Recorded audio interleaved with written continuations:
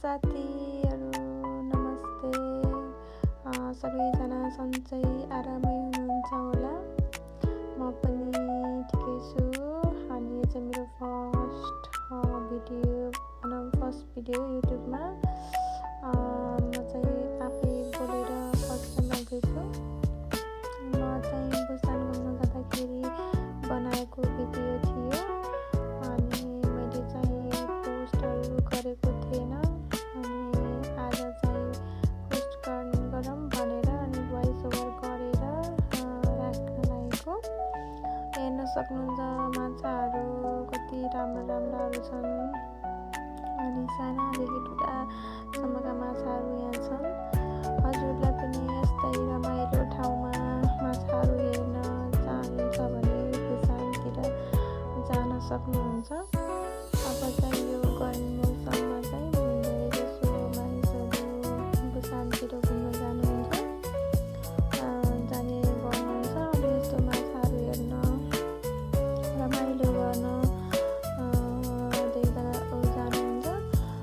यस्तो रमाइलो हुन्छ यो ठाउँमा गएपछि फर्किनै मन नलाग्ने कि यति धेरै विभिन्न थरीका माछाहरू पाइन्छन्। हामीहरूले चाहिँ अब यस्तो चाहिँ अब त्यही हो टिकटकमा, युट्युबमा, फेसबुकमा चाहिँ देखेको थिएँ। यस्तो रियलमा देखेको थिएन। रियलमा देख्न पाउँदा यति धेरै खुसी लाग्यो, रमाइलो लाग्यो। अनि यहाँ जानको लागि चाहिँ टिकट काटेर जानुपर्छ।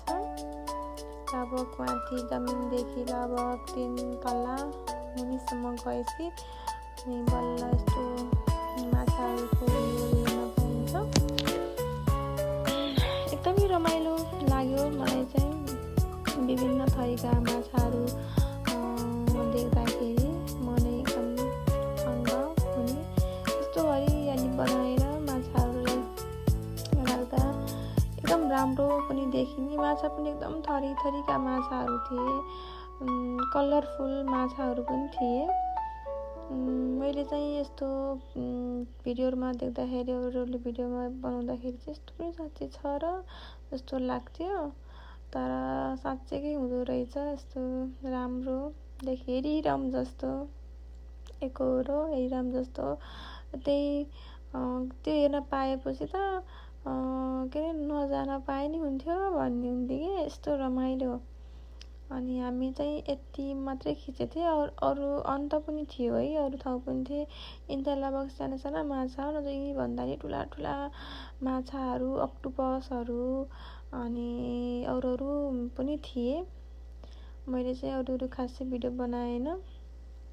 अनि यो चाहिँ भिडियो बनाउँदाखेरि एउटा माछा आएको। अनि ऊ माछा चाहिँ हेरै गरिरहेको थियो, तर के हेरेको त्यो चाहिँ थाहा भएन।